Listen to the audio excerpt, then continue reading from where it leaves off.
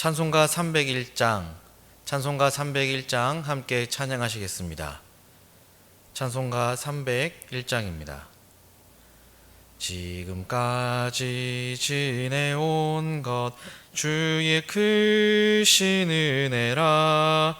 한이 없는 주의 사랑 어찌루 말하랴. 자나깨나 주의 손이 항상 살펴주시고 모든 일을 주 안에서 형통하게 하시네. 몸도 맘도 연약하나 새 힘받아 살았네. 물 붓듯이 부으시는 주의 은혜 족하다. 사랑 없는 거리에 나 험한 산길에 맬 때 주의 손을 굳게 잡고 찬송하며 가리라. 주님 다시 뵈올 날이 날로 다가와 무거운 짐 주께 맡겨 벗을 날도 멀잖네. 나를 위해 예비하신 고향 집에 돌아가 아버지의 품 안에서 영원토록 살리라. 오늘 함께 보실 하나님의 말씀은 창세기 39장 1절부터 23절까지의 말씀입니다. 구약성경 60페이지 창세기 39장 1절부터 23절까지의 말씀입니다. 성경을 보시면서 한 절씩 교독하도록 하겠습니다. 요셉이 이끌려 애굽에 내려가매 바로의 신하 친위대장 애굽 사람 보디발이 그를 그리로 데려간 이스마엘 사람의 손에서 요셉을 산이라. 여호와께서 요셉과 함께 하심으로 그가 형통한 자가 되어 그의 주인 애굽 사람의 집에 있으니 그의 주인이 여호와께서 그와 함께 하심을 보며 또 여호와께서 그의 범사에 형통하게 하심을 보았더라. 요셉이 그의 주인에게 은혜를 입어 섬김에 그가 요셉을 가정 총무로 삼고 자기의 소유를 다 그의 손에 위탁하니 그가 요셉에게 자기의 집과 그의 모든 소유물을 주관하게 한 때부터 여호와께서 요셉을 위하여 그 애굽 사람의 집에 복을 내리심으로 여호와의 복이 그의 집과 밭에 있는 모든 소유에 미친지라.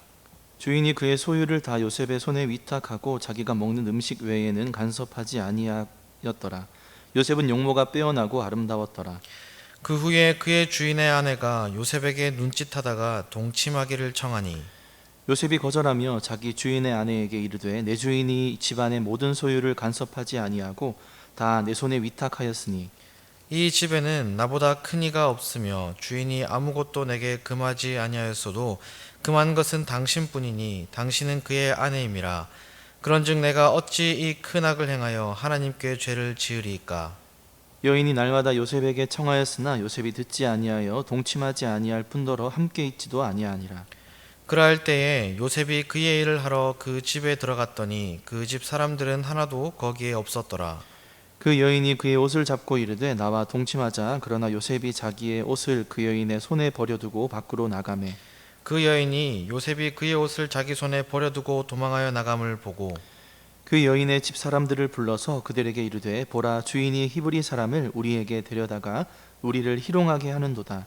그가 나와 동침하고자 내게로 들어오므로 내가 크게 소리 질렀더니 그가 나의 소리질러 부름을 듣고 그의 옷을 내게 버려두고 도망하여 나갔느니라 하고 그의 옷을 곁에 두고 자기 주인이 집으로 돌아오기를 기다려 이 말로 그에게 말하여 이르되 당신이 우리에게 데려온 히브리 종이 나를 희롱하려고 내게로 들어왔으므로 내가 소리질러 불렀더니 그가 그의 옷을 내게 버려두고 밖으로 도망하여 나갔나이다. 그의 주인이 자기 아내가 자기에게 이르기를 당신의 종이 내게 이같이 행하였다는 말을 듣고 심히 노한지라. 이에 요셉의 주인이 그를 잡아 옥에 가두니 그 옥은 왕의 죄수를 가두는 곳이었더라. 요셉이 옥에 갇혔으나 여호와께서 요셉과 함께 하시고 그에게 인자를 더하사 간수장에게 은혜를 받게 하시매 간수장이 옥중 죄수를 다 요셉의 손에 맡김으로 그 재반 사물을 요셉이 처리하고 간수장은 그의 손에 맡긴 것을 무엇이든지 살펴보지 아니하였으니 이는 여호와께서 요셉과 함께 하심이라. 여호와께서 그를 범사에 형통하게 하셨더라. 아멘. 오늘 본문은 2절과 23절에 나오는 형통이라는 단어가 둘러싸고 있다라고 말할 수 있습니다. 즉 성경이 말하는 형통이 무엇인지 오늘 본문을 통하여 우리는 깨달을 수 있는 것입니다. 영어 성경을 보면 오늘 본문에 나오는 형통을 성공이라고 번역을 합니다.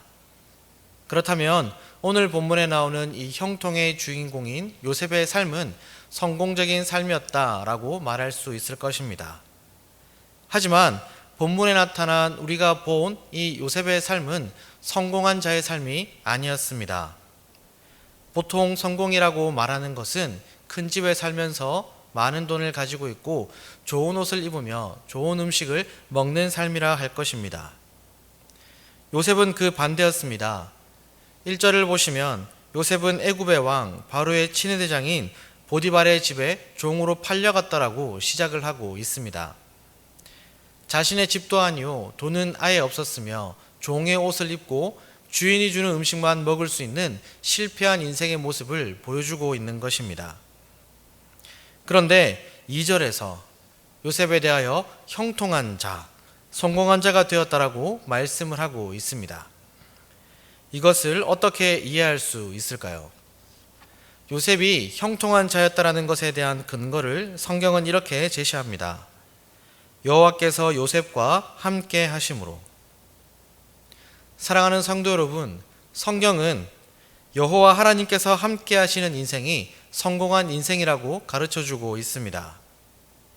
자랑할 만한 집이나 많은 돈이나 좋은 옷이나 맛있는 음식이 없다 할지라도 여호와 하나님께서 함께 하시는, 하나님이 인정하시는 형통한 삶이 되시기를 주님의 이름으로 축복합니다. 비록 종의 신분이었지만 좌절하거나 낙심하지 않고 여호와 하나님과 동행했던 요셉에게 하나님께서는 그가 하는 범사에 모든 일에 형통케 되는 복을 더하여 주셨습니다. 요셉의 주인이었던 보디발이 요셉과 그가 하는 모든 일이 형통케 되는 것을 보았습니다. 그리고 그 모든 형통의 근원이 요셉과 함께 하시는 여호와 하나님이라는 사실을 알게 되었습니다. 사랑하는 성도 여러분, 여호와 하나님께서 함께 하심으로 하나님께서 주시는 형통의 복을 누리시고 또한 그 형통의 근원 되시는 여호와 하나님을 증거하시는 복된 삶이 되시기를 소망합니다. 지난달에 저희는 이사야서의 말씀을 매일마다 묵상하였습니다. 그 중에 히스기야가 죽을 병에 걸렸었는데 하나님께 간절히 기도하였고 그 기도를 들으신 하나님께서 응답하여 주심으로 히스기야는 살아난 것을 우리는 보았습니다. 히스기야가 병에서 나았다는 소식을 들은 바벨론의 왕이 사신을 보내어서 히스기야를 축하했습니다. 그때 히스기야는 어떻게 했었습니까? 자신의 병을 고쳐주신 여호와 하나님을 증거했습니까? 아니면 죽음에서도 살아난 자신을 자랑했었습니까? 히스기야는 모든 창고의 문을 열고 보물과 무기들을 보여주었습니다. 여호와 하나님을 자랑한 것이 아니라 자신을 자랑했던 것입니다. 그래서 하나님께서는 히스기야의 집에 벌을 내리셨습니다. 사랑하는 성도 여러분, 여호와 하나님께서 함께하여 주시는 형통의 복을 통하여서 나 자신을 자랑하고 높이는 것이 아니라 형통의 복을 허락하여 주신 여호와 하나님을 증거하시고 자랑하시는 저와 모든 성도님들이 되시기를 축복합니다. 7절부터 보시면 보디발의 아내가 요셉에게 동참하자고 유혹을 했습니다. 하지만 요셉은 그 유혹을 뿌리치는데 그 이유를 이렇게 설명합니다. 이 집에는 나보다 큰 이가 없으며 주인이 아무것도 내게 금하지 아니하였어도 금한 것은 당신뿐이니 당신은 그의 아내임이라. 그런즉 내가 어찌 이 큰 악을 행하여 하나님께 죄를 지으리까? 내가 어찌 큰 악을 행하여 하나님께 죄를 지으리까? 요셉은 보디발의 아내의 유혹을 하나님께 대하여 죄를 지을 수 없다라는 것으로 그 유혹을 뿌리쳤던 것입니다. 사랑하는 성도 여러분, 세상은 날마다 우리에게 죄를 짓도록 유혹을 합니다. 그리고 우리가 짓는 그 죄는 절대로 걸리지 않을 것이라고 우리에게 속삭입니다. 하지만 여호와 하나님 앞에서 숨길 수 있는 죄는 절대로 없다는 것을 기억하시기를 바랍니다. 작은 것이라 할지라도, 아무도 보지 않는다 할지라도 여호와 하나님께서는 항상 우리와 함께 하시고 우리를 항상 지켜보고 계신다는 사실을 반드시 기억하시기를 바랍니다. 요셉은 이것을 기억하고 있었습니다. 그래서 여호와 하나님 앞에서 범죄하지 않기 위하여 보디발의 아내의 유혹을 뿌리쳤던 것입니다. 그런데 그때 자신을 뿌리친 것에 대하여서 화가 났던 이 보디발의 아내가 자신의 손에 남겨진 요셉의 옷을 가지고 요셉을 모함하기 시작했습니다. 요셉이 자신을 희롱하러 들어왔다가 자신이 소리를 치니 자신의 옷을 벗어두고 도망을 쳤다라고 거짓말을 한 것입니다. 이로 인하여 결국 요셉은 억울하게 감옥에 갇히게 되었습니다.